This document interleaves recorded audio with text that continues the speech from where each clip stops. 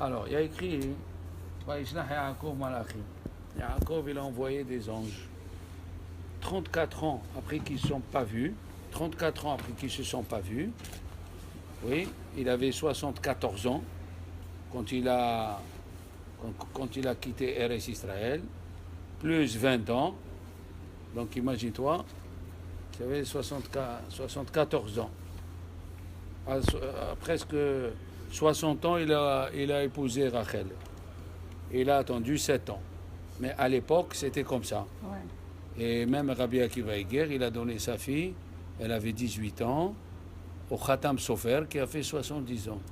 Et il ne voyait pas ça, les barrières. Il ne voyait pas les barrières de l'âge. Il voyait qu'est-ce qui va sortir de ça. Qu'est-ce qui va sortir de ça. Et il est sorti le futur Gaonador de Hongrie, le Ktaf Sofer, Rabbi Avraham Sofer, du mariage. Et elle est morte, la fille de Rabbi Akiva Eger. Et ils ne lui ont pas dit. Alors quand il est venu à Perlsbourg voir son beau-fils, ils lui ont dit comment tu vas lui dire elle est morte ta fille, elle n'est pas morte ta fille. Il a dit ne vous en faites pas pour moi, il a dit le Hatam Sofer. Il s'est mis à lui parler d'Ivrei Torah, Rabbi Akiva, lui, sa vie c'était d'Ivrei Torah. Pendant l'allée d'Ivrei Torah, pendant le repas d'Ivrei Torah, jusqu'au retour d'Ivrei Torah, jusqu'à qu'il a oublié de demander comment elle va sa fille. Et il n'a jamais su à quel âge elle est morte et quand elle est partie. Donc, qu'est-ce qu'il fait Yaakov? Il envoie des anges. Combien d'anges avait? Il dit le Midrash, 4 millions d'anges il avait pour lui. Arba'im Ribbo. Et c'est quoi ces anges? C'est les anges qu'il a fait au dehors d'Israël. C'est tous les misvot qu'il a fait avec les prières, avec le chesed, avec faire grandir les enfants. Il savait que le peuple d'Israël va se faire là où il était, au dehors d'Israël, quoi. Et il lui a dit à Lavan, Havali ishti, donne-moi ma femme. Mais on ne dit pas Hava, on dit Ten. Oh. On dit Ten. On dit donne. Donc il a écrit qu'il avait 4 millions d'anges, Yaakov, pour envoyer à Esav. Et il lui a dit, ne m'en veux pas tellement, j'ai eu un taureau et un âne. Toi, tu as la terre de Séhir. Qu'est-ce qu'il lui dit chaque fois? Esav, il lui envoie, on est venu chez Esav, ton frère qui habite Séhir. Pourquoi tu dis chaque fois qui habite Séhir? Parce que Esav, il ne veut pas faire la paix. Yaakov, il veut faire la paix. Il lui montre, sous-entendu, que les bénédictions n'ont pas réussi. Regarde, j'ai juste un peu de taureau, un taureau, shor, hamor, j'ai que ça. Mais le hamor, c'est Issachar, qu'on l'a appelé hamor garem, l'âne bien charnu, bien bossu, oui, qui étudie la Torah. Mais dans le Midrash, ils disent autre chose. Dans le Midrash, ils disent Shor, c'est Yosef. Puisque Yaakov, il a béni Yosef avant de même Moshe, il a dit Bechor Shoro Hadarlo. Yosef, il s'appelle Shor. Et Hamor, c'est le Mashiach qui va venir sur le dos de Hamor. Il a voulu lui dire fais attention. Un signe pour celui qui ne veut pas comprendre. Il lui dit fais attention. Parce que tu te demandes la question. Pourquoi Yaakov, dès qu'il a eu Yosef, il a dit à tout le monde allez, ça y est, Yosef il est né, on s'en va. Qu'est-ce qu'il y a?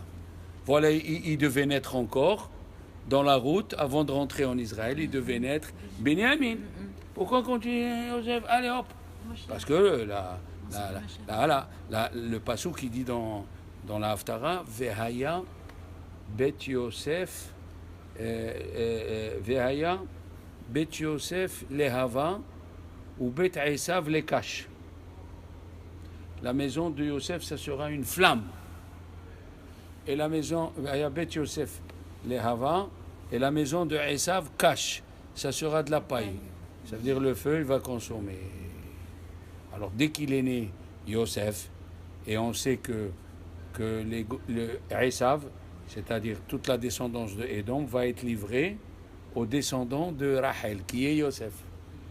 C'est celui qui va faire la guerre avec les Goïm, tous les descendants de Yosef. Alors quand Yaakov il a vu que Yosef il est né, il a dit ah, j'ai celui qui va finir avec lui, j'ai plus besoin de rester chez Lavan. Allez, on se lève et on rentre en Israël. Alors, maintenant, il y a un autre midrash qui dit que Esav il était en train d'aller chez lui. Pourquoi toi Yaakov tu lui envoies des envoyés? Il y a un passouk qui est dans Mishlei, Mahazik be'ozne kelev mit'aber ariv lolo. Tu vas, le chien il dort et tu vas et tu lui pinces les oreilles. Après tu te demandes, il s'est levé le chien, il m'a mordu. Et qui t'a dit de le réveiller? Comme ça ils disent Yaakov, comme ça ils disent les Chachamim sur Yaakov. Esav il allait chez lui. Pourquoi tu es parti, tu lui as envoyé des envoyés? Ça veut dire que dans le Midrash, il y a qui expliquent c'est bien ce qu'il a fait à Yaakov, et il y a qui expliquent c'est pas bien ce qu'il a fait à Yaakov. C'est comme à quelqu'un, on lui a dit, tu vas aller par ce chemin, ne reste pas longtemps dans ce chemin, c'est un chemin, il y a un brigand là-bas terrible. Ne t'arrête pas, vas-y. Il y a des dynimes comme ça dans le schéma ou dans la Hamida, si tu vas dans un endroit où il y a, comme ça c'est écrit dans le Siman Nunhet, dans le schéma, dans le Siman Petet, dans la Tfila, si tu vas dans un endroit, Veyesh Gidoudé, Chaya Velistim, il y a des brigands, des groupes de brigands, ne t'arrête pas, continue, et alors puisque tu ne peux pas t'arrêter, fais le schéma au lever de l'aube. D'habitude, il faut attendre le schéma juste avant le Netzach Hamas, juste avant le premier rayon du soleil. C'est comme ça, tu juxtaposes le schéma à la tefila, et c'est un honneur pour Dieu de prier au rayon du soleil, et c'est un honneur pour Dieu de prier à la sortie des étoiles, il dit Rabbi Yonatan Bissis, parce qu'en ce moment-là, les goïms au lever du soleil, en Inde, ils adorent le soleil. Ils disent tout vient du soleil. Et Dieu, il s'énerve. Et en ce moment, nous, on prie au lever du soleil. Hachem, il est content. Il dit, au moins, mes enfants, ils reconnaissent que c'est moi le roi. Eh bien, quand tu es dans des endroits, Gedoudé, Chaya, Velistim, non, t'arrêtes pas. Au début de la journée, Amoud HaShachar, tu fais Shema, la même chose. Amoud HaShachar, tu fais la Tfila. Comme ça, tu n'es pas en danger. La même chose, il dit le Midrash, au sujet de Yaakov Avinu. Le type, il a pris le chemin, on lui a dit ne t'arrête pas. Il a vu un brigand qui dormait, il ne savait pas qui c'est. Il est parti le réveiller, il a dit qu'est-ce que tu dors au milieu du chemin? Il s'est levé le brigand, c'était le brigand, Alors, comme ça ils disent. Maintenant, le Ramban il dit, au début de la paracha de Vaishlach, vous savez que il y a des communautés espagnoles qu'à la sortie de Shabbat, ils lisent Vaishlach Yaakov Malachi. Ils lisent cette paracha parce que, il dit le Ramban, cette paracha, elle est venue nous apprendre comment Yaakov Avinu, il n'a pas tenu sur sa tzidkut, sur sa piété, et tout ce qu'ils font les avot, tout ce qu'ils font nos ancêtres, c'est siman labanim, c'est pour nous. Il y avait Rabbi Yehuda Nasi, il dit le Midrash, qui était celui qui a codifié la Mishnah, et il devait écrire à Antoninus. Il a appelé son élève, il a appelé son élève et il lui a dit écoute-moi bien, tu vas m'écrire une lettre pour le Rav, d'accord? Rabbi Afas, il lui a dit écris-moi. Qu'est-ce qu'il a écrit? Il a écrit comment il a écrit les mots? Voilà. Rabbi Yehuda Nasi, il a voulu. Attendez, d'abord j'ai oublié un détail. Rabbi Yehuda Nasi, chaque fois qu'il voulait, voilà le mot du Midrash, chaque fois qu'il voulait rencontrer quelqu'un du royaume des Goïm, il lisait la paracha de Vaishlach Yaakov Malachim, il apprenait de la paracha comment Yaakov il a parlé à Esav, comment lui devait faire. Par exemple, ils ont proposé à Rabbi Yehuda Nasi de le raccompagner chez lui. Il a dit non merci, j'ai ce qu'il faut. Comme Yaakov, quand Esav lui a dit je te laisse un peu de mes militaires, ils vont t'accompagner. Il a dit non, je veux personne. Alors il a dit à Rabbi Afas, écris-moi Antoninus. Qu'est-ce qu'il a écrit Rabbi Afas? Il a écrit de Yehuda, ça veut dire de Yehuda, moi, Yehuda, Hannasi le prince, au roi Antoninus. Il a dit c'est comme ça qu'on écrit, viens ici. Il a pris la lettre, il a déchiré. Il a dit comment on va écrire? Il a dit comme il a dit Yaakov. Qu'est-ce qu'il a dit Yaakov? Ko amar avdecha Yaakov. Ah, alors qu'est-ce qu'il faut écrire? De Yehuda, ton esclave, au roi Antoninos. Alors Rabbi Afas, il lui a dit, je vous ai déjà donné la réponse, il lui a dit, tu fais honte tu fais honte à toi. Ah, tu es le prince de la Torah. Il a dit, est-ce que je suis mieux que mon grand-père? Non. Mon grand-père Yaakov aussi, il a écrit de Yehuda, ton serviteur, Ko Amar Avdecha Yaakov. La même chose, il faut faire pareil. Par exemple, on a appris aussi qu'il lui a donné, pourquoi il a fait Yaakov ça? Il lui a donné des animaux, Mataim Esre, Ezim Mataim, les chèvres, 200 et 200, 200 et 200, tout ça. Pourquoi? Elle dit le Midrash, pour lui crever les yeux, pour lui montrer, pour envoyer un peu des pots de vin qui se ramollissent. Et on a appris d'ici que les goïms, ils marchent avec les pots de vin. Tout ce qu'ils font, les lois et tout ça, c'est extérieur. Mais intérieur, regardez, écoutez bien, une fois, il y avait une guézéra sur le peuple d'Israël dans la ville de Brisk. Et qui c'était le ministre de l'éducation, c'était un ministre connu qui prend jamais les pots de vin. Il a dit Rabbi Chaim Ibrik, c'est impossible. La Torah, elle a dit qu'on a supplié sa ville a pris, les goïms, ils marchent comme ça. Ils lui ont dit, allez-y, Rav, essayez si vous pouvez. Il a dit, attendez. Il est venu, Rabbi Chaim Ibrik, habillé, on était en plein août, habillé, avec une moumoute, avec un menton en fourrure, avec les rinards et tout ça. Et il lui dit, voilà. Les rinards, les besognes, les. Alors il est venu avec le manteau et tout. Il lui dit, comment, vous venez pour demander quelque chose? Il a dit, oui, vous avez dit que dans les yeshivot, il faut qu'ils étudient l'anglais, les maths, on n'a pas besoin de tout ça. Ah non, la loi, c'est la loi. Il lui dit, monsieur le rabbin, pourquoi vous êtes habillé comme ça? C'est pas possible. On est en pleine août, il fait 43 degrés. Il a dit, moi, voilà, j'ai rêvé que ma mère, elle est venue dans le rêve et m'a dit, demain, il va pleuvoir. Il lui a dit, mais ça va pas. Il lui a dit, non, monsieur le ministre, c'est comme ça, et je veux faire un pari avec vous. Je veux faire un pari avec vous. Voilà, 20 000 euros, il les met sur la table. Il lui dit, non, les 20 000 euros, c'est pour le pari. Vous acceptez? Si demain il pleut, ou il pleut pas, c'est moi qui gagne ou c'est vous qui gagnez. Moi, il va pleuvoir pour moi. Donc, pour moi, mais vous dites qu'il ne va pas pleuvoir. On est en plein août, 42 degrés, voilà, je pose. Il lui a dit le roi, le ministre, il a dit, celui-là, il est un peu bharouad, laissez-les, demain, on va voir. Bien sûr, en plein août, Le lendemain, il peut pas. même la plus pire des météos des pays arabes où ils prennent la météo de France pour le Maroc, alors, ils sont venus, il est venu, il n'a pas plu, il lui a dit, Rav Chaim Ibrik, voilà, c'est à vous. Alors, qu'est-ce qu'il fait maintenant qu'il les a pris? Il a touché, il a pris. Il lui a dit, c'était quoi que vous m'avez demandé?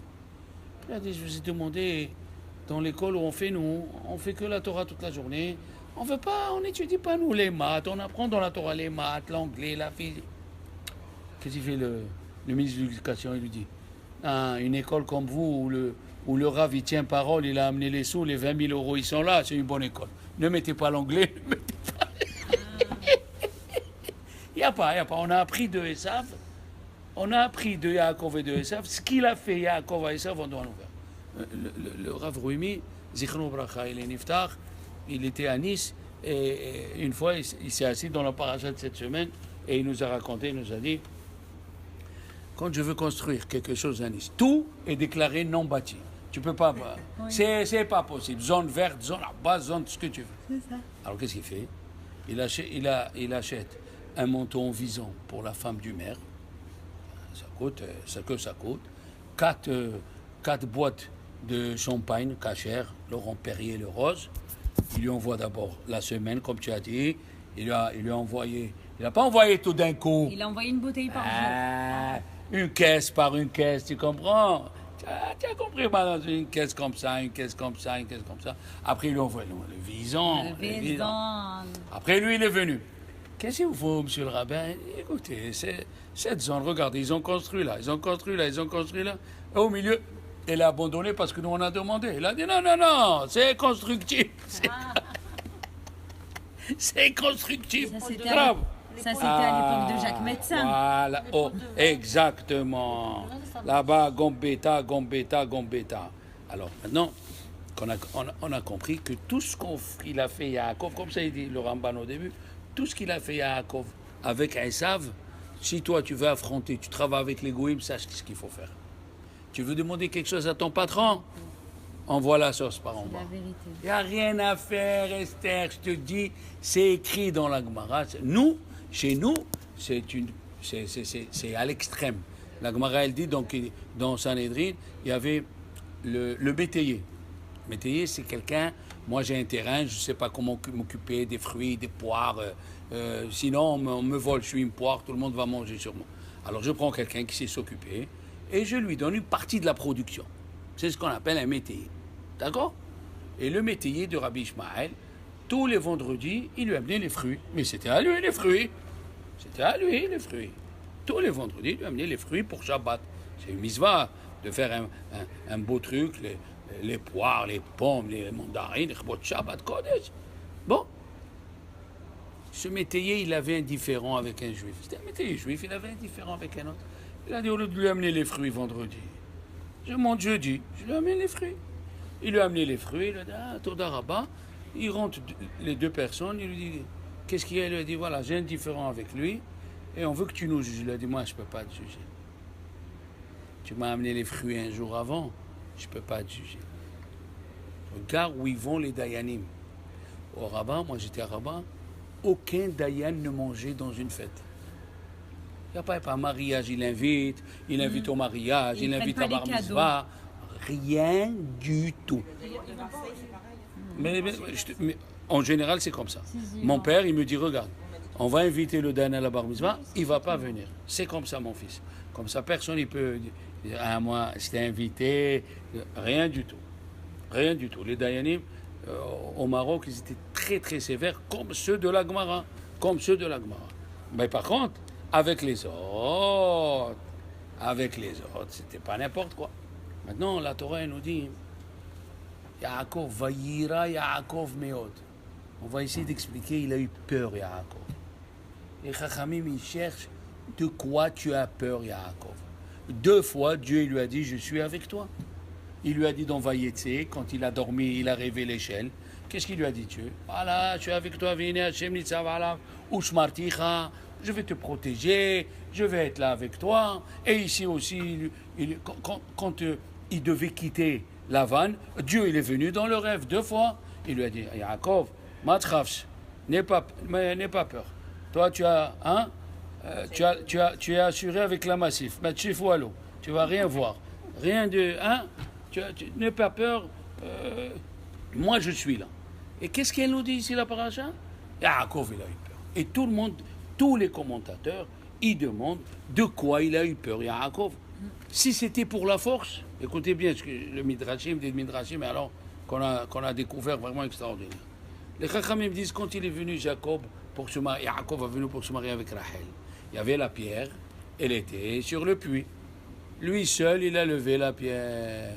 Et il fallait tous les bergers, il y en avait 10 pour lever la pierre. Yaakov, il avait une pierre. Une pierre, il a levé Yaakov. D'accord? La même chose. Dans le Midrash Tanhuma, dans la paracha de Vaishlach, là-bas, il lui a dit, Lavan, moi, j'aurais pu te faire du mal. Oui? Quand il est sorti là, à la fin de Vayetse. Il lui a dit, moi, j'aurais pu te faire du mal. Seulement Dieu, il a dit qu'il ne faut pas te toucher. Écoutez, alors, qu'est-ce qu'il a répondu? Qu'est-ce qu'il a répondu? Il a dit, Chachamim, ils ont dit, Yaakov Avinu, il a fait un tas de pierres. Et là, chaque chose qui est dans la Torah, vous ne savez pas, vous imaginez. Elle dit le Midrash, et ce tas de pierres, il était de quelle hauteur? Même ça, le Midrash y rentre. Quelle hauteur? Il a dit, elle avait la hauteur d'une des montagnes qui entourent le lac de Tibériade. Ah, ouais. Et qui c'est qu'il a levé? Il dit le Midrash, Yaakov Avinu. Yaakov Avinu seul, il a levé, il a mis. Alors quand Lavan, il dit le Midrash, il lui a dit, ah, j'aurais pu te tuer. Il lui a dit, écoute, Toi, tu vas fermer ta bouche. Tu es un petit animal. Maintenant, regarde. Tu es venu avec des hommes. Il est venu avec tout le village, des armes dans la main. Il a dit, voilà. Sans se faire la guerre. Est-ce que quelqu'un est prêt à lever la montagne que je viens de déplacer? Qu'est-ce qu'il fait Yaakov? Il va, il la lève devant tout le monde et il la pose. Allez. Toi, tu me dis que tu peux me faire du mal? Allez, que quelqu'un bouge d'ici. Ils n'ont pas bougé. Donc Yaakov a fait nous la force physique qu'Anando. Il avait. Après, les Chachamim, ils ont dit, dans la paracha de cette semaine, Lévi et Shimon, ils ont tué combien? 24 000. Shechem, il a violé leur sœur. Ils sont partis. Ils ont fait. Ils ont fait khibla. Il leur a dit, la Mila, le troisième jour de la Mila, ils étaient faibles. Adrab, 24 000. Quel âge ils avaient, Shimon et Lévi? Ils étaient jeunes. 12 ans et demi, dit le Midrash. Ils n'étaient pas marmots. 12 ans et demi. Ils ont massacré une ville, 24 000. Même un type qui est fort. Oui, il est fort. Combien il va faire tomber? Il est 6 fois ceinture noire. Mais s'il y a 50 personnes, qu'est-ce qu'il va faire? Il ne peut rien faire. Ils ont tué 24 000. Et pas que ça. Dans le Sefer HaYashar, dans Arama Mipano, ils ont dit les Chachamim, c'est pas possible. Yaakov, dans le Midrash, dans ces 3 livres, ils amènent la même histoire. Il y a Hadar Zekinim et Ba'alea Tosfot. Il a dit, Yaakov, il a appelé les deux, Shimon et Lévi. Il leur a dit, et il a réuni tous les enfants, il leur a dit, qui c'est qui est le plus fort? Vous ou moi? Il était vieux, Yaakov. Alors qu'est-ce qu'ils ont dit? Nous, on est 12. Il a dit, écoutez, voilà ce qu'on va faire. On va prendre une porte, large de 5 mètres. Les 12, vous poussez d'un côté et moi je pousse de l'autre. On va voir qui c'est le plus fort. Ils ont poussé. Et vous savez qui était Yehuda? Yehuda, il a crié. Il dit le Midrash, les poils de sa poitrine, ils sont sortis, ils sont devenus longs comme des flèches et des épées. Il tuait les ennemis en faisant comme ça. Rien qu'on donnait un coup de poing, comme ça. Bah, comme ça. Naphtali, il était tellement fort. Sur quoi il courait? Sur les têtes des ennemis, il leur coupait la tête en marchant. C'était impossible la force des Shevatim. Mais quand Yaakov, il les a gagnés, ils ont dit, papa, vraiment? C'est comme on a un Rav à la Yeshiva. Oh, il est assis, il a une longue barbe blanche et tout. Alors son fils, il me dit, je te racontais une blague. Je lui dis quoi? Il me dit, mon père, il fait le sport le dimanche. Je lui dis, papa, tu dis aux gens que tu fais le sport. Viens, je vais faire le sport avec toi. Il a dit, viens mon fils. Il a un fils de 22 ans, c'est un gibor, tu le vois. Il a dit, Rav Shalom, j'ai fait le sport avec lui. Au bout de 100 mètres, moi je me suis écroulé et lui continue à courir.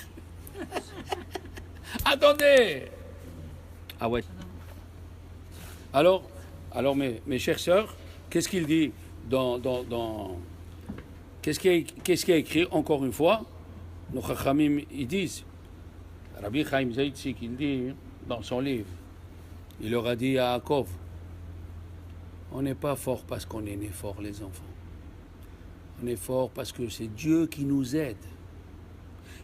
Parce que quand ils ont fait la guerre contre Shechem, mes chers amis, on oublie ce qu'il dit le Midrash. Tous les rois qui étaient autour, ils sont venus aider la ville de Shechem. Et Yaakov et ses 12 enfants, ils ont fait la guerre. Il y avait Dina qui était Taïa, une femme, elle avait... Et qu'est-ce qu'il dit? Il dit à Yaakov, ils ont pris Shechem, Asher lakahti miyada emori, bekashti ou beharbi. Avec mon arc et mon épée. Ils disent les Mefarshim, mon arc et mon épée. D'abord l'épée, après l'arc. Il a dit non. Ici, il faut dire, il dit le Targum, bitsluti ou bebaouti. Avec mes prières et mes supplications. Les enfants, si on a gagné l'arme des enfants d'Israël, c'est la prière. Comme il a dit dans Shirachirim, ve'herev pipiot pe'adam.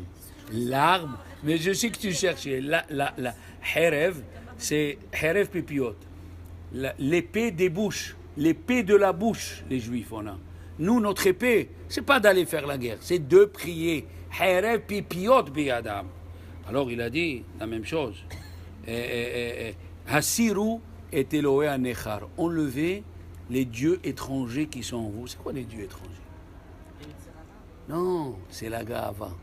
La gava de la personne. Regarde, quand un type, il a une villa ou une belle maison, il a une belle voiture, il a une belle somme d'argent, il a la santé, il a les enfants qui vont bien. Tu peux pas, ma fille, c'est comme ça, l'orgueil vient. L'orgueil vient. Quand tu parles avec quelqu'un qui lui parle un peu mal, il lui dit, mais tu sais à qui tu parles? Sous-entendu, tu sais ma situation. Et ça, Hachem, le plus grand des péchés, il dit, Dieu, je peux vivre avec un profanateur de Shabbat. Je peux vivre avec un qui mange Kippour. Je peux vivre avec quelqu'un qui mange Taref, mais je ne peux pas vivre, elle dit la Gemara, avec quelqu'un qui a l'orgueil. Je ne peux pas vivre avec quelqu'un qui a l'orgueil. En ani vehu, elle dit la Gemara, moi et lui, on ne peut pas vivre en même temps. Tu oublies que c'est qui te donne la vie. Tu fais des péchés, tu peux dire, j'arrive pas encore à me dominer. Arabe, j'arrive pas. Il y a des gens qui te disent, tu es obligé de travailler. Ok, tu reconnais que tu n'arrives pas, tu vas arriver. Mais quelqu'un qui a la grave, je dis à un des microbes, je lui fais comme ça et tu vas voir ce que tu vas faire. On va voir ce que tu vas faire. On va voir. La gava, et c'est ça ce qu'il leur a dit, Yaakov. On est fort, ok, mais cette force, elle n'est pas à nous. Elle est à Dieu. Le Targum Yonatam, il dit, qu'est-ce que c'est Beharbi, Bekashti ou Beharbi, Beba'uti ou Betsaluti? Bien sûr. J'ai eu la force de gagner Shechem avec tous les rois qui sont autour, mais ce n'est pas ma force. C'est Hachem. Hachem, il nous donne la force tous les matins. Tous les matins, lève-toi. Tu as un cours. C'est comme, vous savez, les amis. Avant, il fallait payer les cours de Torah. Sachez, il y a 50 ans en arrière, quelqu'un qui voulait un cours de Torah, il fallait payer. Et il payait cher. Comment en Europe de l'Est, ils cherchaient les vrais rabbinim, les papas, il allait le rite base, il dit, mon père, il n'avait pas, il faisait, le rite base, il était à Tzfat, il faisait le Yarsiat de son père, et le rite base, il avait 88 ans. Ils ont dit, ça fait plus de 60 ans qu'il est mort, ton père. Et il s'est mis à pleurer, le rite base. Il s'est mis à pleurer, il leur a dit, vous savez ce qu'il a fait mon père pour que je devienne Talmid Chacham? Il a vendu le four de la maison pour se chauffer et cuire.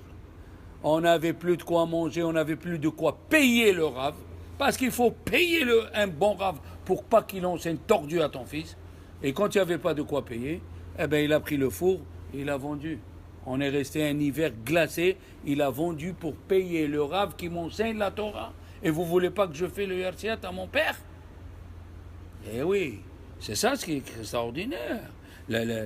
Comment les Chachamim ils ont compris? Comment les Chachamim ils ont compris? Maintenant, donc la force, on vient de voir, la force Yaakov il avait. Mais Rashi nous dit, regardez, pourquoi il a eu peur?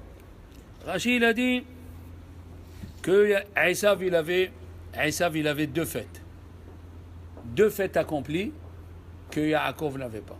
Il avait le mérite d'Eretz Israël et Kivud Av, 22 ans. Et Yaakov Avinu, il avait peur. Il avait peur parce que c'est écrit dans Siftei Chachamim, c'est écrit dans Siftei Chachamim que... Alors Rashi il dit qu'il avait peur de tuer les autres. Il a dit Yaakov, il aurait pu tuer Esav, il n'a pas peur de Esav. Qu'est-ce qu'il y a? Rashi il dit Shema Yarog Ahirim. Écoutez bien dans ce mot Ahirim, qu'est-ce qu'il y a? Ahirim, il dit, Chachamim, ils disent, il a eu peur de tuer les 400 personnes qui sont venues avec Esav. Et ceux-là, ils n'ont rien fait. Première explication.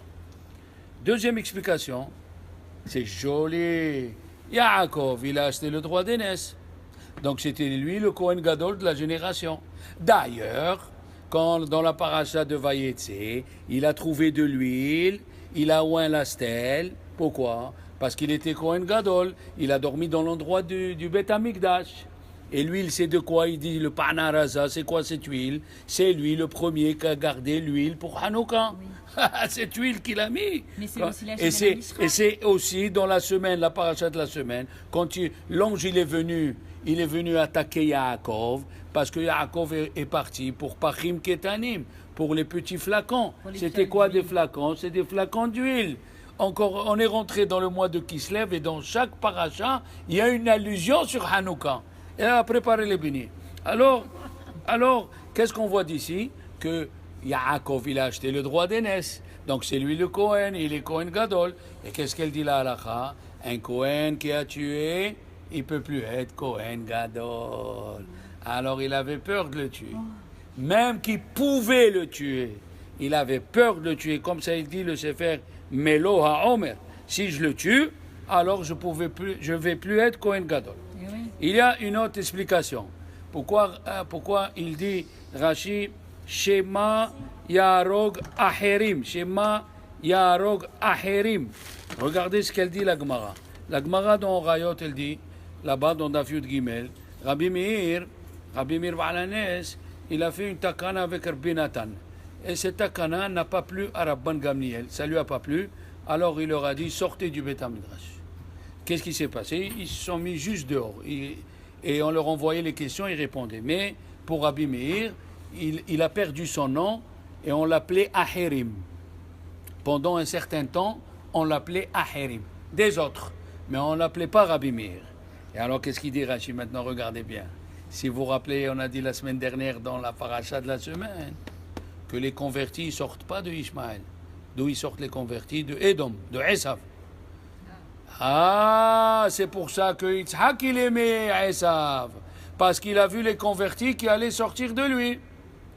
Et les convertis qui allaient sortir de lui, Rabbi Akiva et Rabbi Meir, qu'on a appelé Aherim, ils sont sortis de Esav. Puisque la Gemara dans Gittin, la page 57, nous dit que Néron il s'est converti, et de cette conversion, il est sorti Rabbi Meir. Sisra, il s'est converti, et de cette conversion, il est sorti Rabbi Akiva. Nebuzaradan, il s'est converti, et il est sorti chez Ma'ayav et Avtalion. Ah oui, Ankelos, il s'est converti, Achilles en grec, et il s'est converti, et il a fait, alors donc dans ces convertis, il y avait Rabbi Meir qui s'appelait Aherim pendant un certain temps. Et s'il aurait tué Esav, il ne serait pas sorti Rabbi Meir. Voilà une troisième explication magnifique. Eh oui, quatrième explication du Maharil Diskin, fantastique.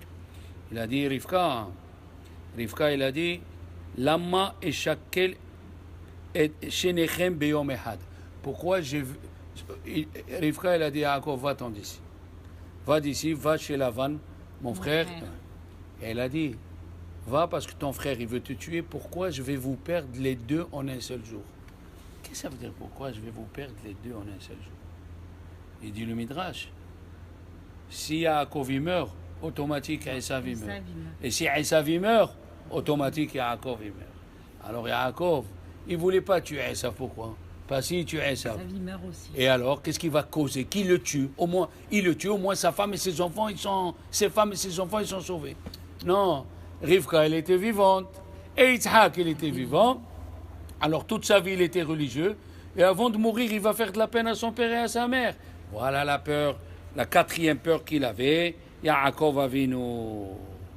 Eh oui, Chachamim dans le Midrash, vous voyez tous ces commentateurs. On perd la tête d'où ça sort. C'est écrit dans le Midrash, Yaakov, il y a deux personnes où Dieu les a assurés. N'ayez pas peur, je suis avec vous. Et les deux, ils ont eu peur. Qui c'est? Les deux, ils ont eu peur. Yaakov Avinu, Yaakov Bahar Loya. Hachem, il a choisi Yaakov, il était le jeune, puisque le Midrash, il dit Bahur Sheba Avot. Le jeune parmi les Avot, il a eu peur. C'est Yaakov. Bahur Sheba Nevi'im. Le jeune parmi les prophètes, c'est qui? C'est Moshe Rabbeinu. Et lui aussi, il a eu peur quand il devait venir Og. Aïe, aïe, aïe. Et alors, on a dit, plusieurs fois, Og, il a eu peur, Moshe a eu peur de Og. Peut-être la mitzvah de venir raconter à Abraham que l'autre était emprisonné, elle va le sauver. Et la même chose sur Yaakov Avinu. Là, voilà. Yaakov Avinu, il avait peur du mérite de Esav qui est resté en Israël et qui faisait Kivud Av. Aïe, aïe, aïe, aïe, aïe, aïe, aïe, aïe. Alors, qu'est-ce qu'elle dit là? Qu'est-ce qu'elle finit? Le Midrash, il dit Yaakov est dans la Gemara de Brachot, Daf Dalet et Daf Het, c'est écrit Shema Igromahe. Ça veut dire que chez Dieu, il t'assure qu'il est avec toi, mais si tu fais un péché, tout ce qu'il t'a assuré, il s'en va. Hachem, il a dit à Moshe, va en Égypte, va, je vais être là avec toi, ne t'en fais pas. Il lui a tout dit. Et quand au milieu de la route, quand son fils il est mort, quand son fils il lui a pas fait la mila, le serpent, il est venu, il a avalé Moshe Rabbeinu jusqu'au niveau du nombril. Et c'est Zipporah qui a compris. Pourquoi au niveau du nombril? Ah, c'est la mila. Elle a pris vite. Elle a coupé vite la mila à son fils. Ah, mais Dieu lui a dit à Moshe, il lui a écrit toutes les assurances, la Massif, l'AXA, Hakol, il lui a écrit. Non. Alliance, il y a maintenant la nouvelle assurance. Alliance, il y a alliance, il y a tout. Ça ne marche pas. Si tu as un péché, c'est pour ça que les gens, des fois, écoutez-moi bien, les gens, ils se trompent. Les gens, ils vont chez un tzaddik pour recevoir une bracha. Et quand ils sortent de chez le tzaddik, ils continuent à manger taref, ils continuent à faire chilul Shabbat, et ils pensent que la bracha du tzaddik va les sauver. C'est faux. Quelqu'un qui a une diarrhée en été, parce qu'il mange la pastèque glacée avec du Coca-Cola glacé, qu'est-ce qu'il fait le docteur? Il lui donne Imodium. Oui. Qu'est-ce qu'il fait le type? Il prend Imodium et il continue à manger la pastèque glacée. Jamais il va se soigner. Je te donne Imodium. Mais tu arrêtes la pastèque glacée, le Coca glacé. C'est ce qu'il y a des gens. Le tzaddik, ils vont. Alors, il te fait la bracha le tzaddik. Eh bien, change. Non, j'ai eu la bracha. Je continue à ouvrir le magasin Shabbat. Je continue à manger sur l'avenue, à la plage, à Cannes. C'est ça. Mais qu'est-ce que tu fais là? C'est ça, Kadosh Baruch Hu. Il a dit à Moshe, je te protégerai. Il a dit à Yaakov, je te protégerai. Mais si, entre-temps, il y a un péché, ne compte pas sur mon assurance. Il n'y a plus d'assurance. La même chose, quand ils sont venus chez David Amelech, ils lui ont dit, il y a Adoniyahu qui se prend pour un roi. Alors que tu as dit, toi, que c'est chez le Mohamed qui doit être le roi. Il a dit oui. Il a appelé le prophète, il a appelé sa femme, il a dit, de suite, vous descendez. Nahal Gihon, et vous allez oindre chez le Mohamed. Alors, pourquoi Hacham nous ont dit, pourquoi de suite, qu'est-ce qu'il y a? Shema Igromahed. D'ici, du palais de David Amelech, au Nahal Gihon qui se trouve en bas, il peut arriver une catastrophe. Et alors, la promesse, elle va sauter. La promesse, elle va sauter. D'accord? La même chose. Hachamim, ils ont dit, vite. Le Kliakar aussi, il pose la question, quelle est la peur qu'il a eue, Yaakov Avinu? Il écrit, et tous les Mefarshim, ils cherchent une raison, et moi je ne comprends pas leur raison. Je n'arrive pas à comprendre ce qu'ils disent. Comment c'est possible? Et lui, il finit, et il dit, moi je vais vous dire pourquoi il a fauté. Pourquoi Yaakov Avinu, il a fauté et il a peur de cette faute. Vayira Yaakov Meod. Quelle peur il avait. Il a dit, malheureusement, le Yalkut Shimoni dit, comment Yaakov, moi je t'ai dit, tu vas être le meilleur. Moi je t'ai dit, Dieu, je vais te protéger. Et tu dis à Esav 8 fois le mot Adoni. Mon maître. Et Esav, c'était le représentant de la Touma sur la terre. Et tu dis mon maître 8 fois. Ah, non, monsieur. Comment? La Midrash, il dit, il n'y a pas eu un homme qui a appelé à Dieu Adon jusqu'à qu'il est venu Avraham Avinu.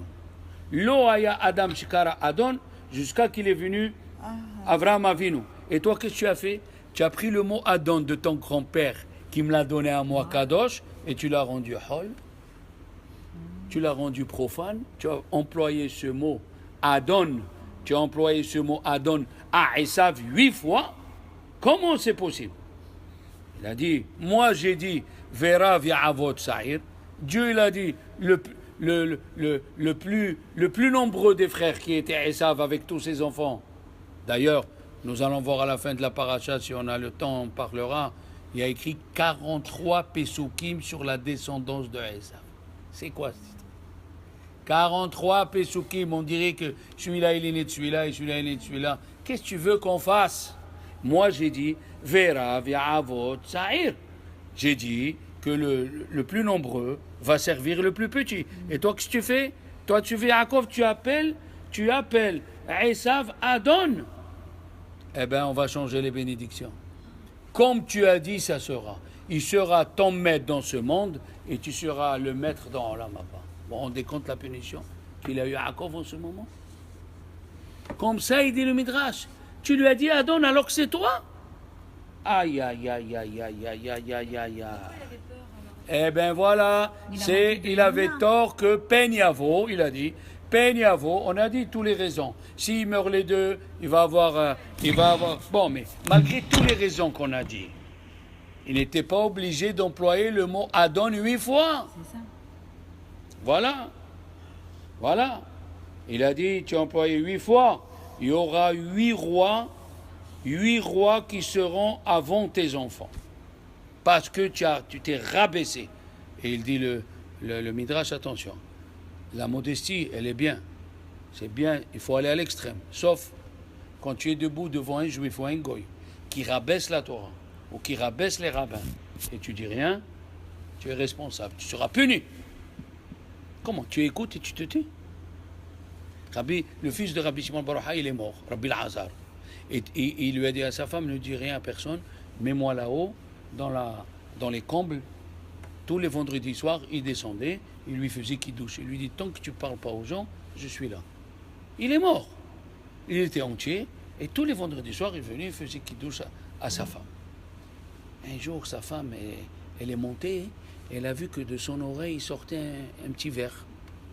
Alors le vendredi soir, quand il est venu, il lui a dit, mon mari, mon maître, merci que tu es là, mais je ne comprends pas.